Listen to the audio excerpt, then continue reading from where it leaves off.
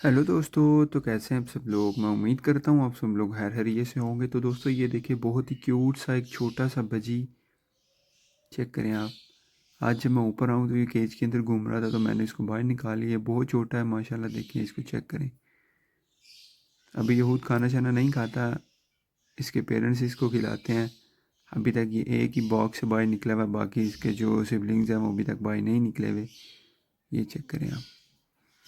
इसकी स्टोरी को फॉलो करने के लिए मेरे इस चैनल को सब्सक्राइब करें और इस वीडियो को भी लाइक कर दें। Thank you so much. Bye bye.